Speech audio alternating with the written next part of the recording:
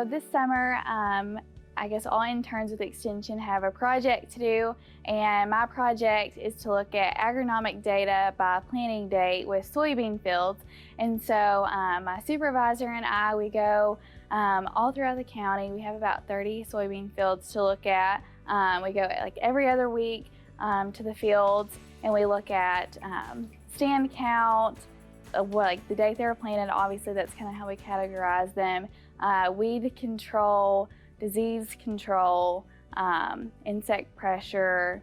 So we just kind of look at everything, and if there's any major problems, we contact the farmer. And so at the end, we'll put it all together, and then we'll kind of have like a county-wide information set for different things that happen according to when you planted. So to be able to have an internship with the Extension services this summer is really benefited me in the long run for networking and things like that. I've met a lot of people and just building those relationships that can help me in the future. My name is Kelly McIndoo, and it starts with us.